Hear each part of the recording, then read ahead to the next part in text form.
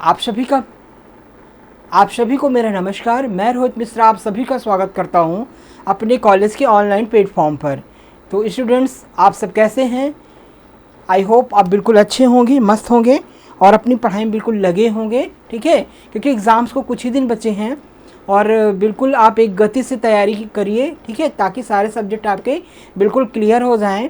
तो इस कड़ी में पूरा साथ हम आपका देंगे। तो आज हम आपका जो सेशन स्टार्ट करने वाले हैं वो है बेसिक एग्रीकल्चर सेकंड का। ठीक है, बेसिक एग्रीकल्चर सेकंड का सिलेबस हमने आपको बता दिया है। ठीक है, टेलीग्राम पे हमारा सिलेबस पड़ा हुआ है, आप उसको डाउनलोड कर सकते हैं। तो बेसिक एग्रीकल्चर सेकंड में जो अभी तक मतलब कि जो क्लासेस अभी नहीं पढ़ाई गई हैं उसके बारे में हम डिस्कशन करेंगे। तो आज हम जो पढ़ाने जा रहे हैं, जो टॉपिक है हमारा बेसिक एग्रीकल्चर सेकंड का, वो है आपका एनिमल हस्बेंड्री। ठीक है, एनिमल हस्बेंड्री आपके बेसिक एग्रीकल्चर सेकंड में है और इससे कुछ इंटर लेवल के जो हैं वो आपके क्वेश्चन इससे आएंगे, यानी बेसिक एनिमल हस्बेंड्री आपसे पूछा जाएगा। ठीक है, तो इसी टॉपिक को लेकर के हम आज की शुरुआत करते हैं। तो सबसे पहला जो एनिमल हस्बेंड्री का टॉपिक है आपका, वो है आपका importance of livestock in agriculture and economy. ठीक है, यानी कि पशुधन का कृषि में और हमारी अर्थव्यवस्था में जो महत्व है उसके बारे में हम आपसे डिस्कशन करेंगे और सेशन में आपको पढ़ाएंगे। काफ़ी इंपॉर्टेंट टाइप है टॉपिक्स है और अक्सर एग्ज़ाम में आपके पूछा जाता है। तो क्या है कि ये importance of livestock in agriculture and economy, यानी कृषि और अर्थव्यवस्था में पशुधन का क्या महत्व है। ठीक है, कृषि एवं अर्थव्यवस्था में पशुधन का क्या महत्व है। ठीक है, तो कृषि एवं अर्थव्यवस्था में पशुधन का काफ़ी ज़्यादा इम्पोर्टेंस है। जैसा कि आप जानते हैं कि प्राचीन समय में जिसके पास ज़्यादा एनिमल्स होते थे, गाय होती थी, वो सबसे धनी व्यक्ति कहा जाता था।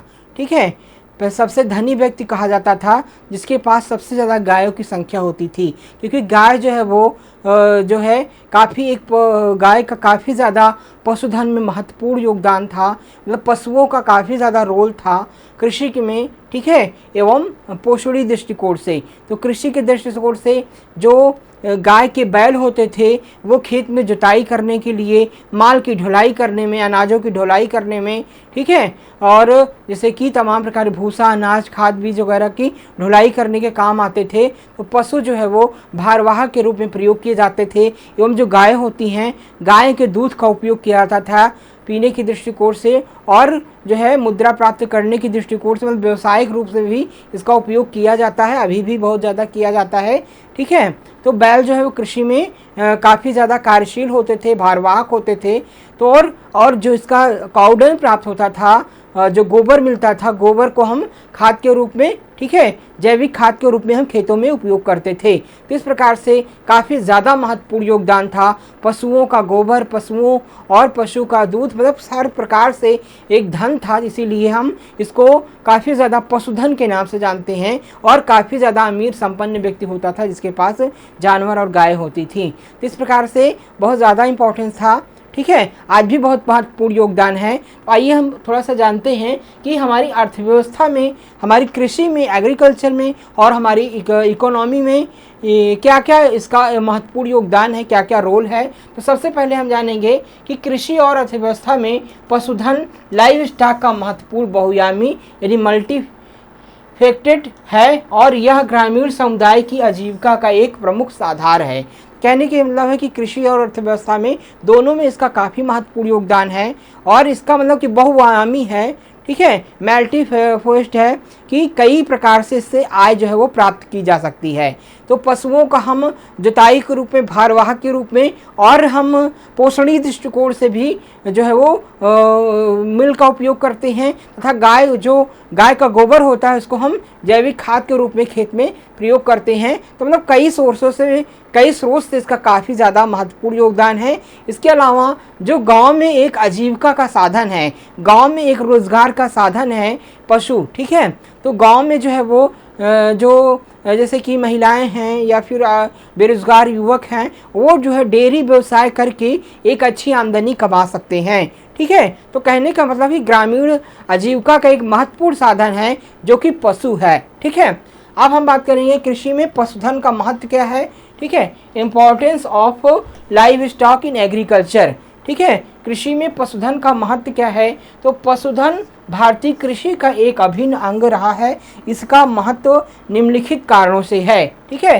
तो पशुधन का हमेशा ही भारतीय कृषि में अच्छा योगदान रहा है, महत्वपूर्ण योगदान रहा है, ठीक है। भारतीय कृषि का एक अभिन्न अंग रहा है, मतलब कि जो एग्रीकल्चर है और जो पशुधन है, मतलब कि लाइव स्टॉक प्रोडक्शन, ठीक है, और एग्रीकल्चर दोनों को रिलेटेड हैं। कैसे को रिलेटेड है, जैसे कि मान लीजिए कि कृषि से जो है वो कृषि से जो अनाज भूसा हो रहा है उसको जानवर खा रहा है, ठीक है, और जानवर जो है खा करके दूध दे रहा है, उसका उपभोग हम कर रहे हैं। साथ साथ जो है वो जो गोबर उत्पन्न कर रहा है उसको हम खेत में डाल रहे हैं, जैविक खाद के रूप में उपयोग कर रहे हैं, जिससे कि अनाज अच्छा उत्पादन मिल रहा है।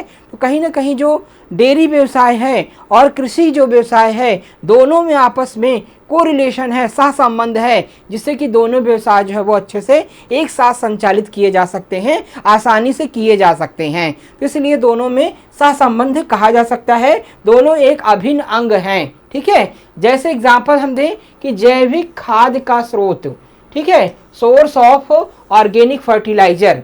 तो जैविक खाद का स्रोत की बात की जाए तो पशुओं का गोबर और मूत्र, ठीक है, पशुओं का गोबर और मूत्र उत्कृष्ट जैविक उर्वरक यानी ऑर्गेनिक फर्टिलाइजर प्रदान करता है। यह मिट्टी उर्वरता, फर्टिलिटी और संरचना में सुधार करता है, जिससे रासायनिक खाद पर निर्भरता कम होती है।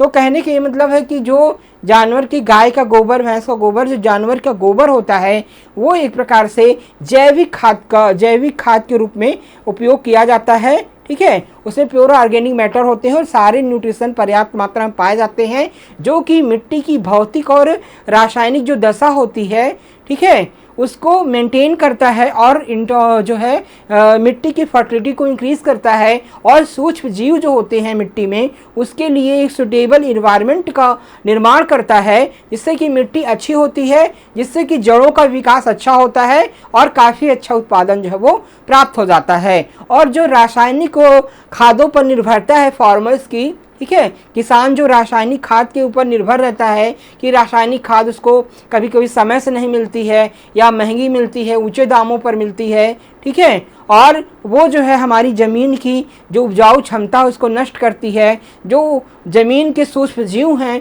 उसको नष्ट करती है, ऊसर बंजर कर दे रही है। तो ये समस्या भी जैविक खाद के उपयोग से कम हो जाती है।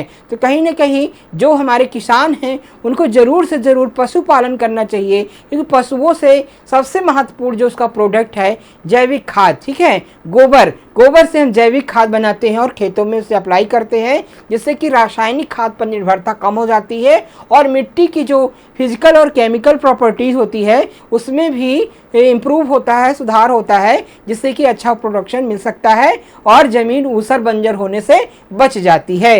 ये इसका बहुत ही इम्पोर्टेंस है, ठीक है। इसके अलावा बात करें फार्मिंग वर्क की, तो खेती के कार्य में भी हमारे पशुधन का बहुत महत्वपूर्ण योगदान है। हमारे जो पुराने हमारे जो पूर्वज लोग थे प्राचीन समय में, पूरी तरह से जो है वो एनिमल ड्रोन पर कार्य होता था, मतलब कि एनिमल एनर्जी का उपयोग करते थे, पशु ऊर्जा का उपयोग खेत में किया जाता था। सारे कार्य जैसे कि जब हमारा मैकेनाइजेशन नहीं था, इतना ज़्यादा जो है वो मशीनीकरण का नहीं था युग, हम पशुओं से प्राप्त ऊर्जा पर उपयोग करते थे। मतलब खेत की जुताई, मिट्टी की तैयारी से लेकर के खेत की जुताई, बुआई, उसके बाद फिर फसल की सिंचाई करना, फिर मड़ाई करना, ठीक है, मड़ाई करने के बाद माल को ढोना, एक स्थान दूसरे स्थान में ले जाना, भूसा को, चारा को, या फिर जो है वो जो अनाज है उसको एक स्थान से दूसरे स्थान पर ले जाने के लिए सभी में पशु ऊर्जा का उपयोग करते थे, एनिमल एनर्जी का उपयोग किया जाता था, ठीक है। तो इस प्रकार से पशुओं का बहुत ही ज़्यादा महत्व था। लेकिन आधुनिक समय में जो है वो मैकेनाइजेशन युग है, ट्रैक्टर से सारे कार्य हो रहे हैं, ठीक है, ट्रैक्टर से संचालित कई सारे यंत्रों का उपयोग किया जा रहा है, जिससे कि पशुओं की आवश्यकता की कमी हो गई है, मतलब पशुओं का उपयोग बिल्कुल शून्य हो गया है हमारे जो है वो कृषि कार्य में। तो पहले कृषि कार्य सारा जो है वो जुताई, बुआई, मड़ाई, कटाई सारी पशुओं से की जाती थी, जिससे कि खेती के कार्य में इनका काफ़ी महत्वपूर्ण योगदान था। पारंपरिक रूप से बैल जैसे पशु जुताई, ठीक है, प्लाविंग के लिए, बुआई और फसल की ढुलाई, ट्रांसपोर्टेशन जैसे महत्वपूर्ण कृषि कार्यों में उपयोग होते रहे हैं, खास करके छोटे किसानों के लिए जहां मशीनीकरण कम है। लेकिन आज भी एक चीज़ देख रहे हूं मैं कि जो छोटे हमारे स्मॉल होल्डिंग फार्मर्स हैं, जिनके पास ज़मीनें बहुत कम हैं, बड़ी मशीनों का उपयोग वो नहीं कर सकते क्योंकि उनके पास जो है ज़मीनें कम हैं, पैसे की भी कमी है, तो वो लोग जो है वो पशुओं को पाल रहे हैं, बैलों को पाल रहे हैं और उसका उपयोग हमारे फील्ड पे कर रहे हैं। तो इस प्रकार से आज भी जो है वो इतना मशीनीकरण के दौर में जो छोटे सीमांत किसान हैं, गरीब किसान हैं, वो पशुधन का मतलब पशुओं का, बैलों का उपयोग कर रहे हैं तमाम कृषि संबंधी कार्यों में। ठीक है, तो इस प्रकार से इसका खेती कार्य में इनका काफ़ी ज़्यादा इंपॉर्टेंस रोल था और है भी। ठीक है, इसके अलावा फसलों का विविधीकरण, क्रॉप डिवर्सिफिकेशन, ठीक है, पशुपालन खेती के साथ मिलकर किसानों को आय का एक अतिरिक्त स्रोत प्रदान करता है और कृषि को अधिक विविध, डिवर्सिफाइड बनाता है। ठीक है, तो फसलों का जो विविधीकरण है, सिर्फ पशुपालन करना, खेती के साथ साथ मिलकर किसानों की आय का एक अतिरिक्त स्रोत प्रदान करता है। तो ये जो है जो फसलों का विविधीकरण है उसको बढ़ाने का काम करता है। मतलब कि खेती के साथ साथ जब हम पशुपालन करते हैं, ठीक है, पशु के साथ साथ हम दूध व्यवसाय करते हैं, ठीक है, और तो जो है और चारा वाली फसलों को उगाते हैं, तो कहीं ना कहीं जो है जो पशुधन है, पशुपालन है, वो खेती में विविधीकरण लाता है। फसलों को उगाने के साथ साथ हम पशुपालन करते हैं, चारा उगाते हैं, दुग्ध का व्यवसाय करते हैं, तो कई प्रकार के व्यवसाय से इंक्रीज होते हैं। ठीक है, कई प्रकार के नए बिजनेस से जुड़ते हैं, तो कहीं ना कहीं फसल विविधीकरण इसको हम कह सकते हैं। तो ये भी इसका महत्वपूर्ण योगदान है। इसके अलावा ये सारे जो है वो खेती में महत्वपूर्ण योगदान थे। ठीक है, इसके बाद हम बात करेंगे अर्थव्यवस्था में पशुधन का महत्व, importance of livestock in economy. ठीक है, तो अभी तक क्या पढ़ रहे थे आप? Importance of livestock in agriculture. अब हम बात करेंगे importance of livestock in our economy, यानी हमारी अर्थव्यवस्था में पशुधन का क्या महत्व है। ठीक है,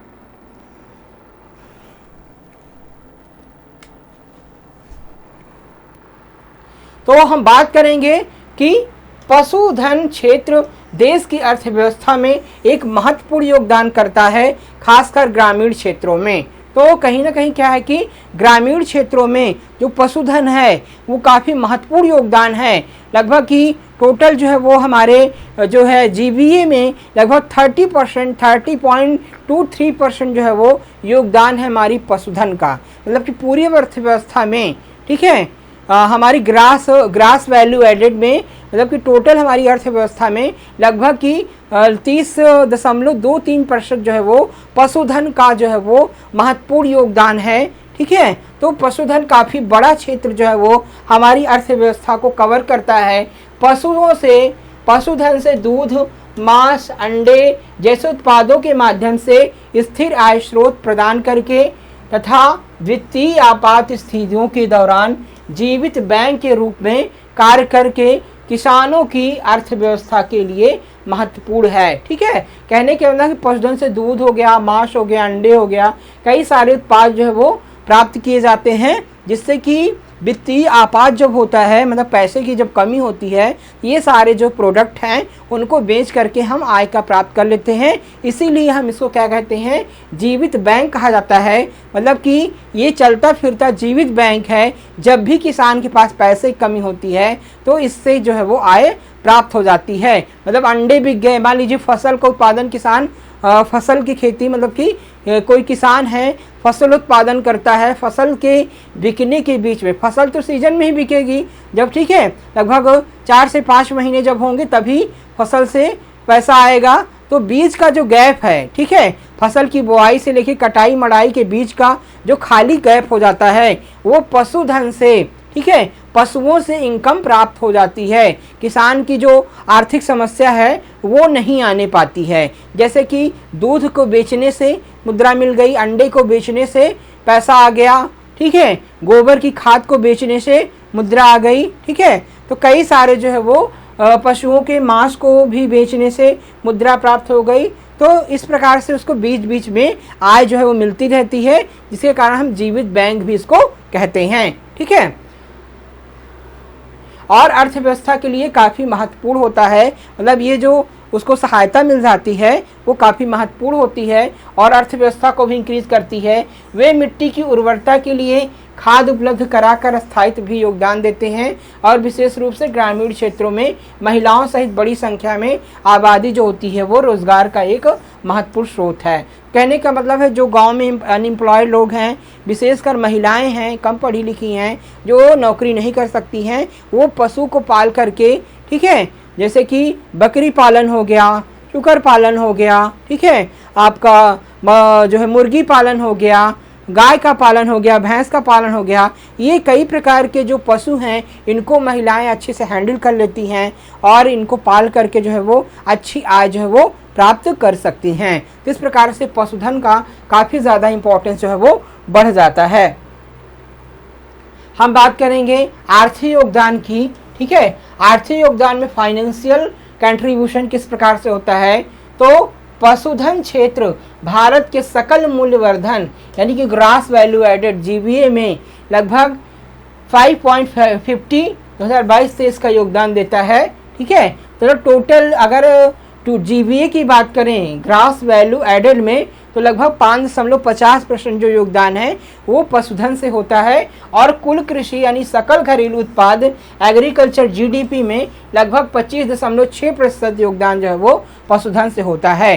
तो जीडीपी के 25.26% यानी कि 25.6% जो योगदान है वो कि पशुओं से होता है, जो कि काफ़ी ज़्यादा मात्रा में है। ठीक है, टोटल जीडीपी में काफ़ी ज़्यादा मात्रा में पशुधन का योगदान है। ठीक है, अब बात करेंगे खाद्य सुरक्षा और पोषण की। फूड सिक्योरिटी एंड न्यूट्रिशन की अगर बात की जाए, पोषणीय दृष्टिकोण से पशुओं का काफ़ी ज़्यादा महत्व है।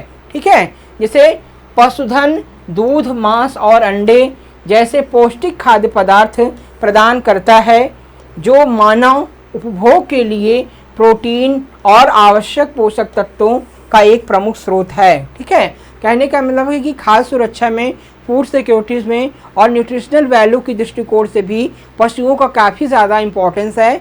मतलब कि जो दूध है उसमें काफ़ी ज़्यादा उसका पोषणीय मान होता है। दूध में सारे जो है वो लगभग कुछ तत्व छोड़ के लगभग सारे तत्व पाए जाते हैं जो शरीर के लिए आवश्यक होते हैं। तो पोषणीय दृष्टिकोण से दूध का, मांस का, अंडे का, इन सभी का जो है वो काफ़ी ज़्यादा महत्वपूर्ण योगदान है। ये विटामिन और प्रोटीन, वसा के अच्छे स्रोत होते हैं जो शरीर की वृद्धि एवं विकास में, शरीर को बीमारियों से बचाने का काम जो है वो करते हैं। तो इस प्रकार से जो है वो खाद्य सुरक्षा में भी काफ़ी इसका महत्वपूर्ण योगदान है। भारत जो है वो दूध उत्पादन में विश्व में प्रथम स्थान है। ठीक है, तो भारत की जो स्टेज है, इंडिया जो है वो दुग्ध उत्पादन में प्रथम स्थान पे है, इसलिए काफ़ी ज़्यादा महत्वपूर्ण है और हमारी अर्थव्यवस्था में दूध की बिक्री से भी काफ़ी ज़्यादा योगदान है। ठीक है, और बहुत सारे हमारे जो अनएम्प्लॉयड युवा हैं, बहुत सारे जो है वो लोग जो है वो दुग्ध व्यवसाय से जुड़े हैं और अच्छा इनकम जो है वो प्राप्त कर रहे हैं। इसके अलावा रोजगार और आजीविका का साधन है एम्प्लॉयमेंट एंड लाइवलीहुड की। तो यह क्षेत्र लगभग 20.5 मिलियन लोगों को आजीविका प्रदान करता है और देश की लगभग 2/3 ग्रामीण समुदाय को आय का एक अच्छा स्रोत देता है। ठीक है, तो लगभग 20.5 मिलियन लोगों को रोजगार देता है। मतलब कि दूध एवं दुग्ध व्यवसाय यानी पशुधन के व्यवसाय से ये लोग जुड़े हैं और काफ़ी ज़्यादा लोगों को रोजगार देता है। विशेष करके ग्रामीण क्षेत्र की जो 2/3 ग्रामीण समुदाय की आबादी है उसको रोजगार का जो है वो एक अच्छा स्रोत जो है वो अच्छा साधन कहा जा सकता है। विशेष रूप से ग्रामीण महिलाओं के लिए आय वित्तीय स्वतंत्रता का एक महत्वपूर्ण साधन है। ठीक है, विशेष रूप से जो ग्रामीण महिलाएं हैं, कम पढ़ी लिखी हैं, ठीक है, उनके लिए एक अच्छा रोजगार का साधन है। मतलब कि वो जो है उनकी वित्तीय निर्भरता दूसरे पे नहीं है। आत्मनिर्भर महिलाओं को आत्मनिर्भर बनाने के लिए डेयरी उद्योग बहुत ही अच्छा जो है वो एक जो है स्रोत है। मतलब महिलाएं जो है वो स्वच्छ सक्षम बन सकती हैं। आय की दृष्टिकोण से डेयरी व्यवसाय को अपना करके बहुत सारी महिलाएं अच्छी इनकम प्राप्त कर रही हैं घरों में जो है रह करके।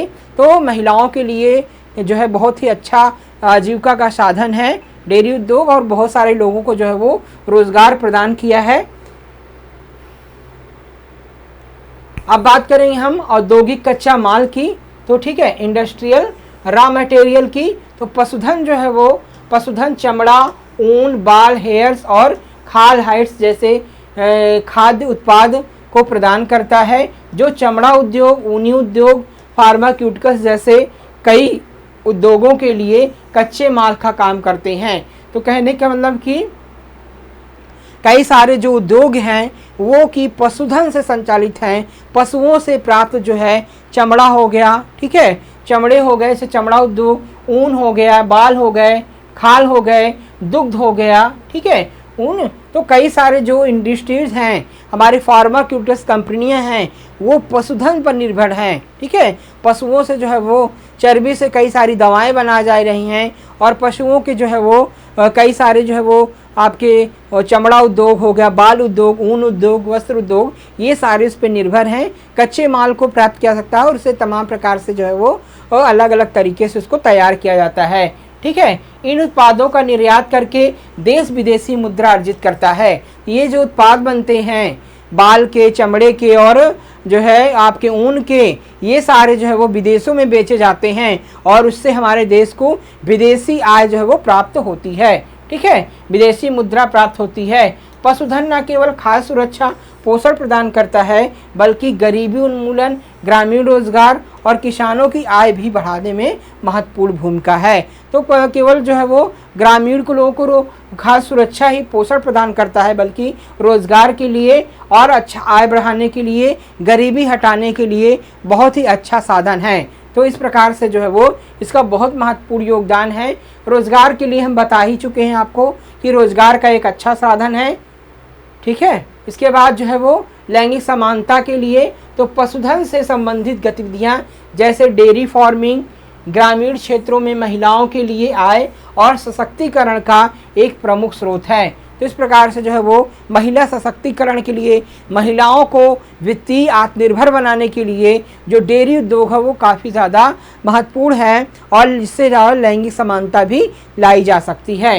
इसके बाद वित्तीय परिसंपत्ति और जोखिम प्रबंधन, financial asset and risk management की बात करें तो ये क्या है, एक जीवित बैंक है, ठीक है। पशुधन बचत और सुरक्षा जाल के रूप में कार्य करता है, ठीक है। पशुधन जो है एक जीवित बैंक है जो कि बचत के रूप में कार्य करता है, और कभी भी जो है वो मतलब कि जैसे कि फसल जो मुख्य स्रोत है आय का, अगर वो बीच में नष्ट भी हो जाता है तो हम पशुधन से जो है वो पशुओं से प्राप्त आय से अपने खर्चे की निर्भरता को कम कर लेते हैं। मतलब कि जो हमारा जोखिम है, रिस्क हुआ है, फसलों का जो नुकसान हुआ उसकी भरपाई हम डेयरी उद्योग से कर लेते हैं। तो इस प्रकार से जो है वो पशुधन एक जीवित बैंक है और जोखिम को कम भी करने का काम जो है वो करता है, ठीक है। किसान अप्रत्याशित खर्चों या वित्तीय संकटों को पूरा करने के लिए पशुओं को बेच सकते हैं, जिससे कि एक महत्वपूर्ण पूंजीगत परिसंपत्तियां मिल जाती हैं। इस प्रकार से जो है वो वित्तीय संकट में हमारा जो डेयरी उद्योग है, हमारा जो पशुधन है, वो हमें वित्तीय संकट से जो है वो बचाने का काम जो है वो करता है। अब बात करेंगे कम जोखिम यानी कि लो रिस्क की। तो फसल की खेती के साथ पशुधन को एकीकृत करने से किसान की जो आय में विविधता आ सकती है और समग्र जोखिम कम हो सकता है, विशेष रूप से सूखे या कीटों जैसे कारकों के कारण फसल की विफलता के दौरान। तो कम जोखिम की बात की जाए, जैसे मान लीजिए कोई किसान जो है वो फसल उत्पादन करता है, ठीक है, फसल का उत्पादन करता है और मौसम विपरीत हो गया या फिर रोग के कारण, कीट के कारण किसी विशेष परिस्थिति में फसल नष्ट हो जाती है, तो फिर उससे पास वित्तीय आपात आ जाता है। वित्तीय आपात को कम कौन कर सकता है? अगर वो पशुपालन कर रहा है, ठीक है। तो मुख्य फसल अगर नष्ट हो जाती है तो हमारी जो है पशुधन है, मतलब डेयरी व्यवसाय है, पशुपालन है, उससे हम वित्तीय संकट से उबर सकते हैं, ठीक है। तो पशुओं से प्राप्त आय से हम अपने वित्तीय संकट को दूर कर सकते हैं, अपने जोखिम को कम कर सकते हैं। तो इस प्रकार से पशुधन का महत्व काफ़ी ज़्यादा है कम जोखिम करने के लिए। टिकाऊ और संसाधन की बात करें, ठीक है, सस्टेनेबल एग्रीकल्चर एंड रिसोर्सेज की बात की जाए तो मृदा संवर्धन यानी कि सॉयल इंक्रीमेंट। तो पशुधन का खाद एक मूल्यवान जैविक उर्वरक है जो मिट्टी की उर्वरता में सुधार करता है और रासायनिक उर्वरकों की आवश्यकता को कम करता है। तो टिकाऊ और संसाधन की अगर बात करें तो टिकाऊ कृषि में जो है वो पशुधन का काफ़ी ज़्यादा महत्वपूर्ण योगदान है। जैसे मैं पहले ही बता चुका हूँ कि मिट्टी की दशा को सुधारने का काम करते हैं। जो जैविक गोबर की खाद होती है वो मिट्टी की जो भौतिक एवं रासायनिक दशा है उसको इम्प्रूव करती है, जो फर्टिलिटी को बढ़ाती है, मृदा में हवा जल संचार को बढ़ाती है जिससे मृदा अच्छी होती है, सूक्ष्म जीवों के निवास के लिए अच्छी होती है, जड़ों की वृद्धि एवं विकास के लिए अच्छी होती है, जिससे फसल की पैदावार भी अच्छी होती है। तो इस प्रकार से ये आपका जो है एक टिकाऊ कृषि का एक बहुत ही अच्छा जो है वो साधन कहा जा सकता है। और जो हमारी रासायनिक खादों पर, ठीक है, रासायनों पर, जो रासायनिक खादों पर निर्भरता है वो भी कम करता है। तो इस प्रकार से जो है वो टिकाऊ कृषि को बढ़ाता है। और तमाम प्रकार के जो है जैसे कि गाय के मूत्र का प्रयोग हम कीटों को मारने के लिए करते हैं तो उसको भी कम करता है, कि जो इंसेक्टिसाइड्स रसायन हैं उस पर हमारी निर्भरता को कम करता है। तो ये भी इसका काफ़ी इम्पोर्टेंट है। इसके बाद अपशिष्ट रूपांतरण की बात की जाए, वेस्ट कन्वर्जन की बात करें तो पशुधन अनुपयोगी कृषि उत्पादों और अन्य वनस्पतियों को दूध और मांस जैसे मूल्यवान उत्पादों में परिवर्तित कर सकते हैं। तो कहने का ये मतलब है कि जो अनुपयोगी उत्पाद हैं, ठीक है, अपशिष्ट हैं, अनुपयोगी उत्पाद जैसे भूसा हो गए, ठीक है, भूसा हो गए, चारा हो गए, और जो हमारे खेत से खरपतवार निकलते हैं वो अनुपयोगी उत्पाद ही कह जाएंगे। तो खेती से तमाम प्रकार के खरपतवार, घासें निकलती हैं, ठीक है, और जो हमारा वेस्ट मटेरियल निकलता है फसलों से उसका उपयोग हम चारे के रूप में, पशुओं को खिलाने के रूप में करते हैं, जिससे कि हमें गोबर प्राप्त होता है, दूध प्राप्त होता है। तो अपशिष्ट पदार्थों का भी अच्छा उपयोग हो जाता है। और घरों में जो फल का छिलका निकलता है, सब्जियों का छिलका निकलता है, उसको पशुओं को खिला दिया जाता है, जिससे पशु हमें दूध देता है और गोबर देता है, जिससे कि हमें जो है वो मतलब कि हमारा जो अपशिष्ट है वो दूसरे रूप में कन्वर्ट हो जाता है और हमारा उसका अच्छा उपयोग हो जाता है। तो अपशिष्ट का कह सकते हैं कि अपशिष्ट से भी हम जो है वो अच्छी आय प्राप्त कर लेते हैं। तो इस प्रकार से जो है वो हमें मूल्यवान उत्पाद की प्राप्त हो जाती है अपशिष्ट से भी। अन्य उपयोग की बात करें तो पशु जो है वो चमड़े के लिए रेशे, ऊन, बाल, खाल और चमड़े प्रदान करते हैं। उनके गोबर का उपयोग ईंधन के रूप में किया जाता है।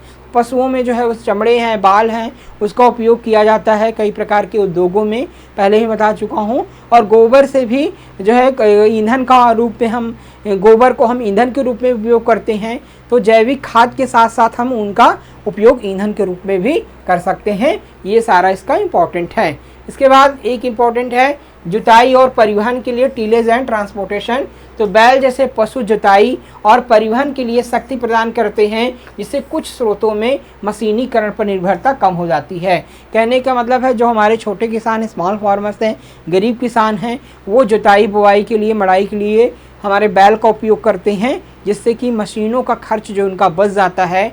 और अगर मान लीजिए टाइमली मशीनें नहीं मिल पाई या फिर असफल हो गए मशीनों का उपयोग करने में, तो हम पशुओं से उसका उपयोग कर लेते हैं। और कई प्रकार के परिवहन के लिए, ट्रांसपोर्टेशन के लिए, माल को ढुलाई के लिए, फलों को ले जाने के लिए हम पशुओं का उपयोग कर लेते हैं। ठीक है, तो आज मैकेनाइजेशन में थोड़ा सा कम हो गया है, लेकिन पहले इसका उपयोग बहुत ही ज़्यादा होता था।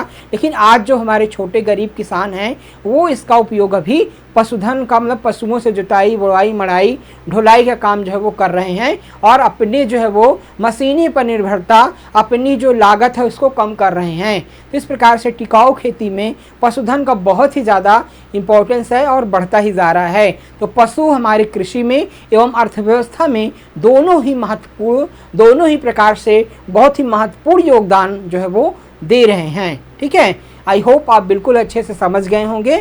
तो आप हमारी बीएससी एग्रीकल्चर की क्लासेस को पाने के लिए लाइक करें, सब्सक्राइब करें स्टूडेंट, और हमारे चैनल को शेयर करें। तो आज की क्लास में बस स्टूडेंट इतना ही। नेक्स्ट क्लास में हम नए टॉपिक के साथ आपसे फिर मिलेंगे। आप सभी का बहुत बहुत धन्यवाद। जय हिंद।